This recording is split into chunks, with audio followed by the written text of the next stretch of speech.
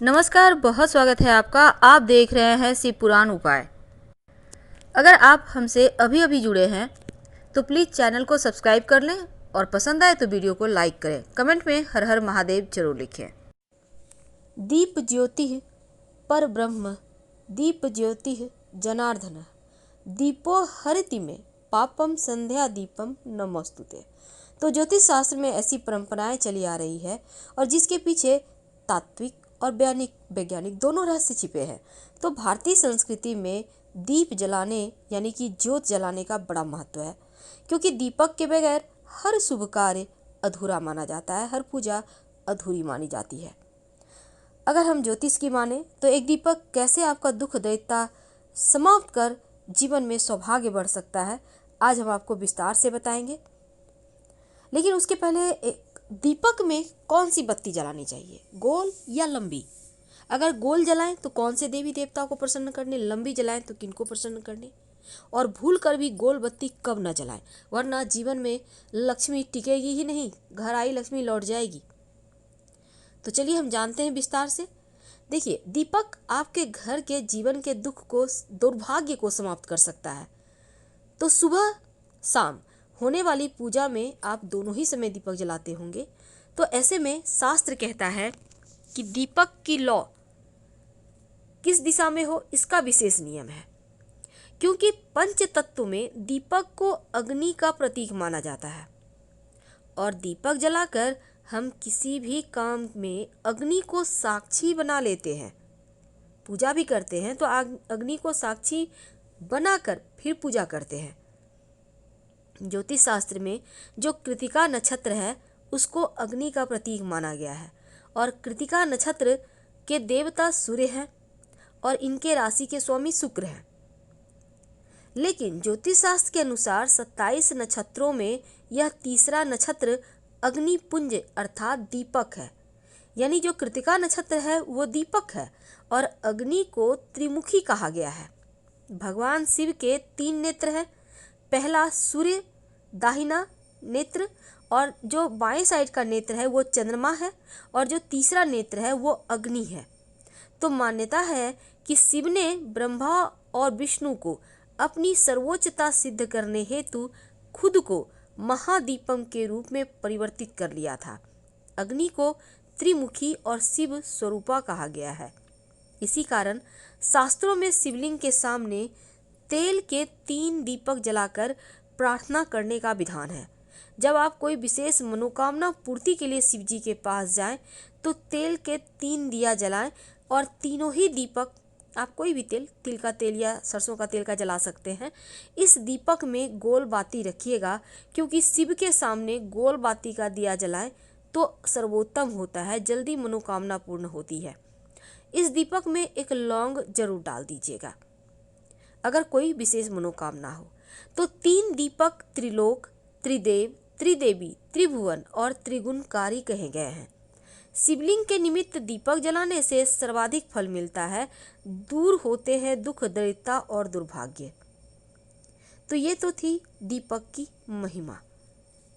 तो उसके पहले हम आगे बढ़ें तो हम आप जैसे बहुत सारे लोग ये जानना चाहते हैं कि जैसे हमने कहा कि कृतिका नक्षत्र को दीपक से तुलना किया गया है या वो दीपक अग्नि है।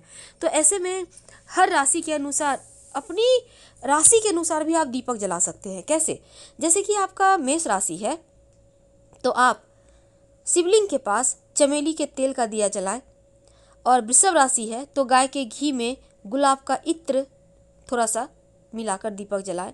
अगर आपकी राशि मिथुन है तो कांसे के दिए में गाय का घी डालकर दीपक जलाएं। कर्क राशि है आपकी तो गाय के घी में चंदन का इत्र डालकर दीपक जलाएं। अगर सिंह राशि है तो ताड़ के तेल का दिया जलाएं शिवलिंग के पास। और अगर कन्या राशि है तो शिवलिंग के पास गाय के घी में मेहंदी 1 चुटकी मिलाकर दीपक जलाएं। और अगर आपकी राशि तुला है तो शिवलिंग के सामने नारियल के तेल का दिया जलाएं। अगर आपकी राशि वृश्चिक है तो गाय के घी में सिंदूर डालकर दीपक जलाएं। सिंदूर ज़्यादा नहीं डालना, एकदम थोड़ा सा नाम का। आप कुमकुम भी यूज कर सकते हैं। अगर आपकी राशि धनु है तो सूर्यमुखी के तेल का दिया जलाएं शिवलिंग के सामने। अगर आपकी राशि मकर है तो आप तिल के तेल का दिया जलाएं शिवलिंग के सामने। और अगर कुंभ राशि है तो सरसों के तेल का दिया जलाएं शिव जी के सामने, और मीन राशि है तो गाय के घी में केसर डालकर दिया जलाएं। सारी मनोकामना इस तरह से दीपक जलाने से पूरी हो जाती है। तो चलिए अब हम असली मुद्दे पे आते हैं। हमने जो आपसे वादा किया है कि गोल बत्ती कब भूलकर भी नहीं जलाना चाहिए। देखिए, सबसे पहली बात, जब आप दिया जलाते हैं भगवान को प्रसन्न करने, तो जब आप भगवान श्री हरि विष्णु भगवान शिव की पूजा करते हैं तो गोल बत्ती बनाइए। आपकी जो जिस भी आप मनोकामना के लिए पूजा कर रहे हैं वो मनोकामना जल्दी पूर्ण हो जाती है। ठीक है, तो ये यहाँ पर आप गोल बत्ती डाल सकते हैं और आप इसमें लौंग डाल सकते हैं, कोई दिक्कत नहीं है। लेकिन जब आप माता की पूजा करते हैं, जैसे माँ दुर्गा है, माँ लक्ष्मी है, माँ काली हैं, तो आप जो देवी की पूजा है ना, इसमें लंबी बत्ती लगाई जाती है। जैसे आप लाल धागे की बत्ती लगा सकते हैं, लंबी बत्ती में रुई की भी बत्ती लगा सकते हैं। तो लेकिन सिंगल बत्ती रुई की मत लीजिएगा, लंबी बत्ती में 2 बत्ती एक साथ करके उसको मोड़कर फिर जलाइए। एक बत्ती नहीं जलाना चाहिए। गोल बत्ती में दोष नहीं है, लेकिन लंबी बत्ती में। अब देखिए, अगर आप पितरों की पूजा करते हैं और लंबी बाती आप लगाते हैं, अब पितरों की पूजा कौन करता है? अब आप यही सोचेंगे, जब आप अपने घर में जहाँ पर पानी का स्थान है, पीने का पानी, या कुआं के पास, या फिर आप मुख्य दरवाजे के बाहर दिया लगाते हैं, तो ये पितरों के लिए होता है। जब आप पीपल के नीचे दिया जलाते हैं तो ये भी पितरों के लिए होता है। तो जब आप पितर देवों के निमित्त दिया जलाइएगा तो इसमें लंबी बत्ती लगाइएगा, गोल बत्ती मत लगाइएगा।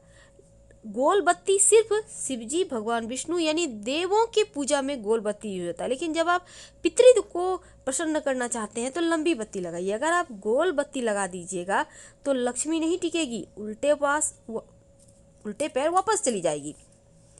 क्योंकि देखिए, सबसे पहली बात तो लंबी बत्ती देवी की पूजा में यूज होती है और पितरों की पूजा में आप लंबी बत्ती ही लगानी है। गोल बत्ती लगाएंगे तो लक्ष्मी स्थिर नहीं रहेगी, लक्ष्मी नाराज हो जाएगी। इसलिए आपको ये प्रयास करते रहना है कि आपको गोल बत्ती पितर देवों की पूजा में नहीं लगाना, वरना पैसे पानी हो जाएंगे। कहने का तात्पर्य कि आप कमाएंगे तो 100 पर खर्च भी 200 रुपया होगा। तो यहाँ पर आपको इस बात का ध्यान रखना है।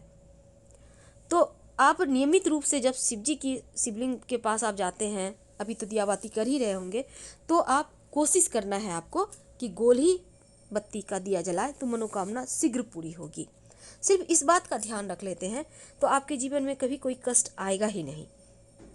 अब देखिए, दूसरी बात, भगवान कई बार होता है कि आप चाहते हैं आपकी सारी मनोकामना पूर्ण हो, तो आप जब भगवान की पूजा करें तब उसमें लौंग डालें, यानी कि देवी की पूजा में, देवताओं की पूजा में। लेकिन जब पितृदेवों के निमित्त आप दिया जलाएंगे तो उसमें काला तिल डाल दीजिएगा, काली उड़द डाल दीजिएगा। कोशिश करें तिल डालने के, ज़्यादा नहीं, 1-2 दाने।